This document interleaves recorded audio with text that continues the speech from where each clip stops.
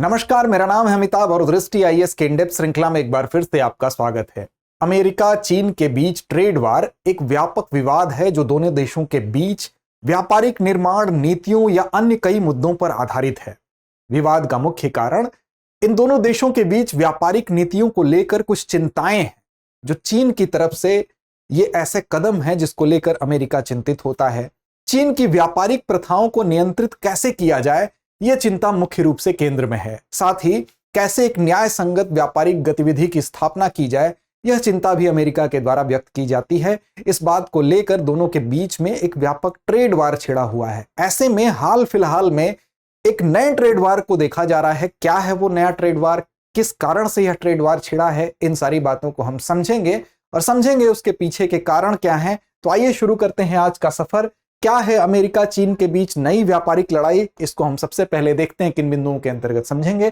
खबर की बात करेंगे, चर्चा में क्यों है, फिर चीन से क्या है खतरा, इसको समझेंगे। पिछले ट्रेड फाइट से इसमें क्या अलग है, क्या यूएसए भी दे रहा है सब्सिडी, इसको भी समझेंगे और आगे की राह क्या हो सकती है, इस पर विचार करने के साथ साथ अभ्यास प्रश्न की तरफ चलेंगे, जिसकी जिम्मेदारी आपकी होती है कमेंट बॉक्स में कमेंट करके इसका उत्तर देने की।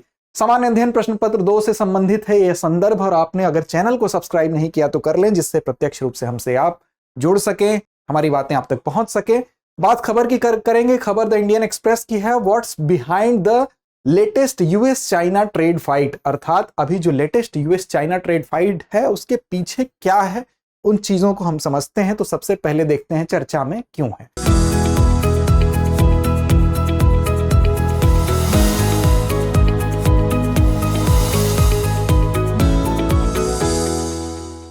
दरअसल चीन के द्वारा कुछ क्षेत्रों में, विशेष रूप से किन क्षेत्रों में, तो इलेक्ट्रिक वाहनों, सौर पैनलों और बैटरियों के उत्पादन में एक्स्ट्रा ऑर्डिनरी वृद्धि देखने को मिली है, अतिशय वृद्धि देखने को मिली है। इस वृद्धि का कारण कुछ होगा, अब उस कारण पर भी हम विचार करते हैं कि आखिर एक बैग एक इन क्षेत्रों में इतनी वृद्धि कैसे हो गई। इसके अलावा आप देखेंगे कि हाल फिलहाल में विशेष रूप से अगर इलेक्ट्रिक वाहनों की बात करें तो जो इसकी कीमत है, जो चाइना द्वारा बनाए गए जो इलेक्ट्रिक वाहन की कीमत है वो आश्चर्यजनक रूप से कम है। एक ऐसी एसयूवी उसने बनाई है जो इलेक्ट्रिक है, जो $14,000 की है, जो कि आश्चर्यजनक रूप से इसकी कीमत कम है। विश्व के जब अन्य हिस्सों के एसयूवी जो इलेक्ट्रिक से चलने वाली हैं, व्हीकल हैं, उनसे जब इसको कंपेयर किया जाता है तो यह कीमत जो है वो विश्व के अन्य प्रतिस्पर्धियों के लिए चिंता की लकीर बनती जा रही है और इस कीमत को लेकर भी एक युद्ध की स्थिति बनी है, अर्थात इसको मूल्य युद्ध हम कह सकते हैं। मूल्य को लेकर भी एक प्रकार का युद्ध छिड़ा हुआ है। साथ ही आप देखेंगे कि इसके पीछे कुछ कारण रहे होंगे जिसकी वजह से अंतर्राष्ट्रीय मार्केट में इसकी कीमतें काफी कम होती हैं और विश्व के अन्य हिस्से में जो चिंता है उस चिंता के एवज में कुछ ऐसे कदम दूसरे इसके प्रतिस्पर्धी देशों को भी उठाना पड़ रहा है। जैसे जो बाइडेन जो है उनके प्रशासन की अगर बात करें तो यूएसए में भी उन्हीं उद्योगों में से कई का समर्थन करने के लिए इनको कानून बनाना पड़ा, अर्थात उनको सब्सिडी वगैरह देने की व्यवस्था करनी पड़ी। साथ ही आप देखेंगे कि इस पूरे के पूरे मूल्य युद्ध का परिणाम यह है कि अमेरिका, यूरोप, मैक्सिको जैसे अन्य जो भाग हैं वो भी इससे चिंतित हैं। इसलिए पूरा का पूरा यह प्रक्रम चर्चा में बना हुआ है और सिर्फ यही क्षेत्र नहीं बल्कि चीन का जो ऑटो उद्योग है वो अमेरिकी कार निर्माताओं के लिए उनके अस्तित्व के ऊपर एक खतरा बनकर उभरा है, अर्थात उनके अब सर्वाइवल को लेकर भी दिक्कत हो रही है। इसलिए पूरा का पूरा संदर्भ जो है वो चर्चा में है। देखिए, चीन से आने वाली कारों पर जब इस प्रकार की स्थिति बनी तो चीन से जो भी कारें हैं उसको आयात करने पर, वहां से आने पर उसमें 25% का टैरिफ लगा दिया गया, शुल्क लगा दिया अमेरिका के द्वारा।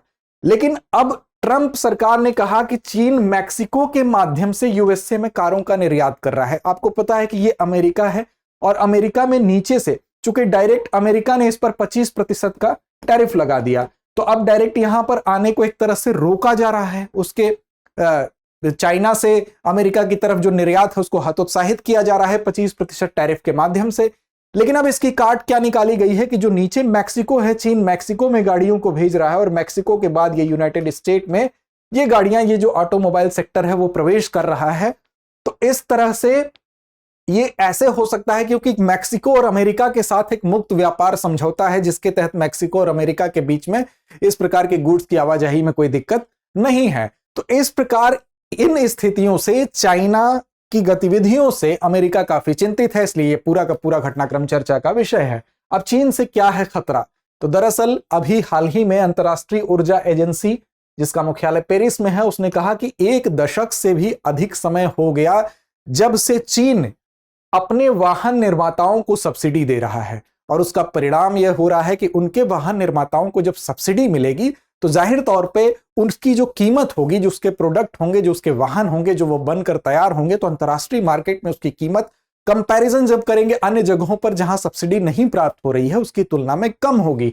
तो ऐसी दशा में देखेंगे कि इस घटनाक्रम की वजह से जो 1 दशक से अधिक समय तक ऑटोमोबाइल सेक्टर को, इसके कार उद्योग को जो सब्सिडी मिल रही है, उसका रिजल्ट यह हुआ कि चीन का एक बड़ा कार उद्योग तैयार हो गया, और इसका परिणाम विशेष रूप से इलेक्ट्रिक सेगमेंट में देखने को मिल रहा है कि जो इलेक्ट्रिक वाहन है उसकी बिक्री अगर आप देखेंगे पूरे विश्व में तो लगभग 60% जो उसका हिस्सा है वो अकेले चाइना कवर कर रहा है। आप देखिए कि कुछ अनुमान ये भी कहते हैं कि जो चीनी कंपनियां हैं वो सालाना 10 मिलियन से अधिक इलेक्ट्रिक वाहनों का उत्पादन कर रही हैं। अब आप अंदाजा लगा सकते हैं कि 10 मिलियन इलेक्ट्रिक वाहन केवल 1 वर्ष में तैयार कर रही है चीन। तो इस प्रकार आप देखेंगे कि उनका जो घरेलू बाजार है वहां पर इसकी खपत नहीं है, और घरेलू बाजार में जब इसकी खपत नहीं होगी तो ये सारा का सारा जो प्रोडक्ट है वो जाएगा अंतर्राष्ट्रीय बाजार में, और अंतर्राष्ट्रीय बाजार में जब कम कीमत पर चीजें जाएंगी तो उसको खरीदने के लिए होड़ मचेगी, और कम कीमत की चीज हर व्यक्ति खरीदना चाहेगा। इस लिहाज से इसके अन्य जो प्रतिस्पर्धी देश हैं जो इस सेगमेंट के इलेक्ट्रिक वाहन बनाने वाले, चाहे वो संयुक्त राज्य अमेरिका हो, चाहे वो मैक्सिको हो, चाहे यूरोपियन कंट्रीज हो, उनकी चिंता का होना स्वाभाविक है। तो ये है चीन से खतरा। इस खतरे को लेकर ये दूसरा ट्रेड वार जो है वो नया ट्रेड वार देखने को मिल रहा है। अब विदेशों में ये बेचे जाएंगे सामान जब वहां घरेलू खपत नहीं होगी, और चीन जानबूझ के हर प्रांत पर ये चीजें फोर्सफुली लागू करता है कि इसका प्रोडक्शन हो। कुछ वहां का पॉलिटिकल स्ट्रक्चर भी इस प्रकार का है कि इस प्रकार वहां प्रोडक्शन एक बार एक बढ़ाया जा सकता है। यह स्थिति अन्य उद्योगों में भी देखने को मिल रही है, जैसे सौर पैनल का सेगमेंट हो गया, बैटरी हो गया, स्टील जैसे पारंपरिक क्षेत्र में भी ऐसी ही स्थिति देखने को मिल रही है। अब देखिए चीनियों द्वारा जो नए प्रौद्योगिकी क्षेत्रों सहित कई उद्योगों में बहुत अधिक क्षमता का निर्माण कर लिया गया, बेसिकली उनकी इस प्रकार की जो घरेलू नीतियां हैं उसकी वजह से। अब घरेलू मांग वहां बिल्कुल नहीं है, घरेलू मांग नहीं बढ़ रहा है, तो ऐसी दशा में क्या होगा? घरेलू मांग नहीं बढ़ेगा तो अंतर्राष्ट्रीय बाजार में इसका खतरा दिन ब दिन बढ़ेगा, और इसी खतरे के बढ़ने के एवज में इस प्रकार का तनाव, इस प्रकार का एक ट्रेड वार देखने को मिल रहा है। आगे देखें कि पिछले व्यापार झगड़े से कैसे है ये व्यापार झगड़ा अलग। तो देखिए अमेरिका के ट्रेजरी सचिव जेनेट येलेन ने कहा कि सुनीवा नाम की एक कंपनी है, उसके संबंध में एक घटनाक्रम को उन्होंने याद किया और यहां पर यह दोहराया। पिछली बार इस क्षेत्र में, इस दिशा में दूसरे जो देश थे वो इतने अवेयर नहीं थे, लेकिन यहां पर वो अवेयर हैं और मुखर विरोध उनका सामने आ रहा है। यहां पर सुनीवा कंपनी जो थी, जो सौर सेल से संबंधित थी, सौर सेल बनाती थी, वहां कहा गया कि आपको याद होगा कि वो कैसे दिवालियेपन का शिकार हो गई थी। यहां कहा गया कि चीन द्वारा बनावटी रूप से, कृत्रिम रूप से कम कीमत पर ऐसे प्रोडक्ट्स बना दिए जाते थे जिसका मुकाबला ये कंपनी नहीं कर पाई, क्योंकि चीन की जो घरेलू नीतियां थी, चाहे वो सब्सिडी देने की या अपने घरेलू कंपनियों को ऐसे मदद करने की कि उनकी जो कीमत होती थी अंतर्राष्ट्रीय मार्केट में वो बहुत कम होती थी, और इस कम कीमत का मुकाबला अंतर्राष्ट्रीय बाजार की दूसरी कंपनियां नहीं कर पाई। इसी का परिणाम हुआ कि सुनीवा जो कंपनी है वो दिवालिया हो गई और 2017 में वो बंद हो गई। इस दिशा में अब विचार कर रहे हैं अन्य देश भी, विशेष रूप से आप देखेंगे जो बाइडेन प्रशासन है उसकी तरफ से भी जो मुद्रास्फीति कटौती अधिनियम है उसके माध्यम से बजट घाटे को कम करके और घरेलू ऊर्जा उत्पादन में निवेश करने के लिए जो कदम उठाया गया है उसके माध्यम से अब वहां भी, अमेरिका में भी कुछ छूट देने की कवायद की जा रही है, जिसके माध्यम से यहां भी सब्सिडी और छूट के माध्यम से इस अंतर्राष्ट्रीय बाजार में जो कीमतें हैं, चाइना के द्वारा जो कृत्रिम कीमतें हैं, उनका मुकाबला किया जा सके ताकि दूसरी कंपनियां दिवालिया होने की कगार पर न जाएं।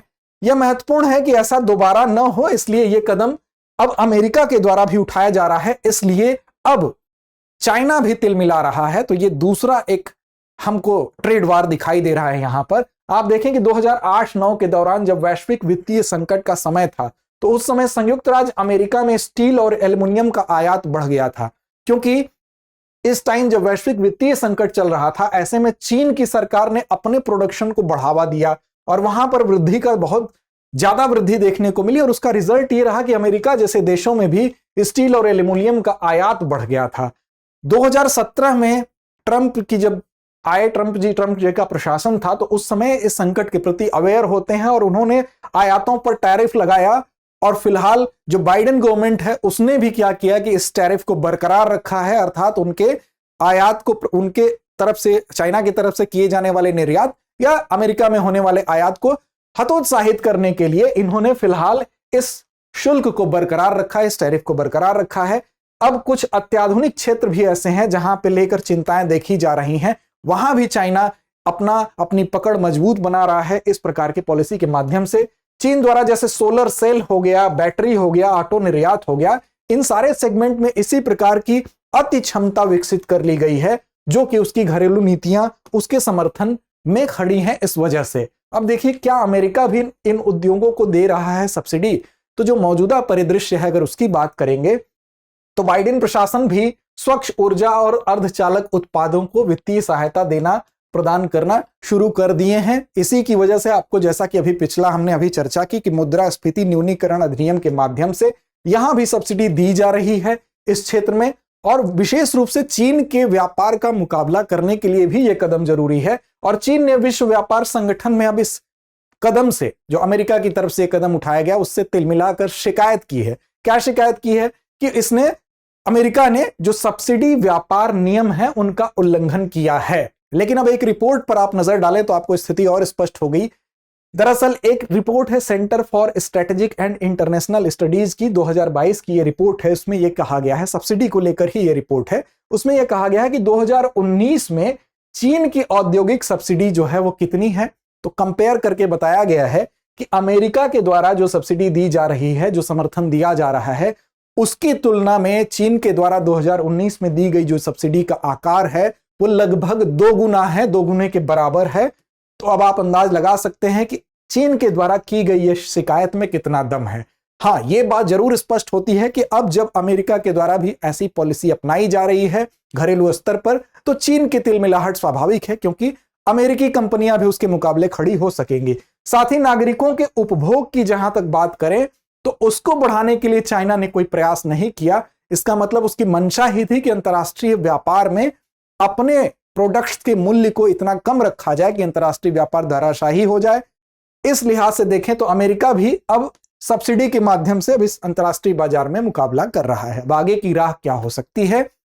इस नए प्रकार के छिड़े हुए ट्रेड वार में आगे की राह क्या हो सकती है? तो दरअसल इस प्रकार की किसी भी सिचुएशन में आगे की राह वार्ता हो सकती है, समझौता हो सकती है और स्थायी ट्रेड रिश्ते हो सकते हैं जिसमें बैलेंस हो, आयात और निर्यात का एक बैलेंस हो, एक संतुलन हो, तभी एक आगे की राह हमको दिखाई देगी। खासकर अगर ईवी उत्पादन की बात करें तो इसमें जो मूल्य युद्ध की स्थिति अभी चल रही है, तेजी से विस्तार के साथ जो मूल्य युद्ध चल रहा है, मूल्य को लेकर जो आपस में दोनों गुट भिड़े हुए हैं, इसमें क्या है कि कुछ निर्माताओं को व्यवसाय से बाहर होने की आशंका है। कुछ ऐसे भी निर्माता होंगे जो सब्सिडी या इस तरह की सुविधाएं नहीं पा रहे होंगे, तो इस कंपटीशन में सबसे ज्यादा नुकसान उनको होगा। तो इस लिहाज से इनको भी ध्यान में रखते हुए जो औद्योगिक नीति के विशेषज्ञ हैं वो कहते हैं कि चीन को एक बेहतर नीति समन्वय की आवश्यकता है, अर्थात एक ऐसी नीति की आवश्यकता है चीन के द्वारा बनाने की जिसमें समन्वय की नीति हो, संतुलन की नीति हो।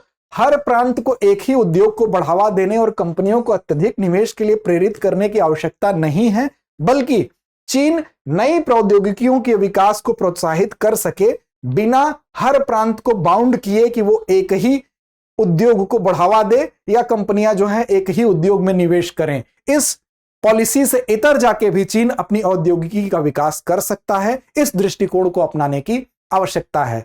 तो फिलहाल आज इस संदर्भ में यही था। अगर इसमें समन्वय वार्ता के माध्यम से चीजें तय की जाएं तो आगे की राह निकल सकती है।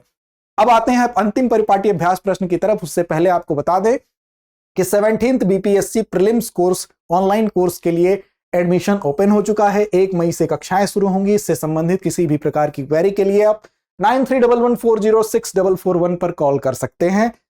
अब आते हैं आज के अभ्यास प्रश्न की तरफ। वैश्विक इलेक्ट्रिक वाहन बिक्री में सर्वाधिक हिस्सा फिलहाल किस देश का है? ऑप्शन है जापान, अमेरिका, चीन या भारत। उम्मीद है आप सही और सटीक जवाब देंगे। तो लड़ते रहें, अपने लक्ष्य की ओर बढ़ते रहें।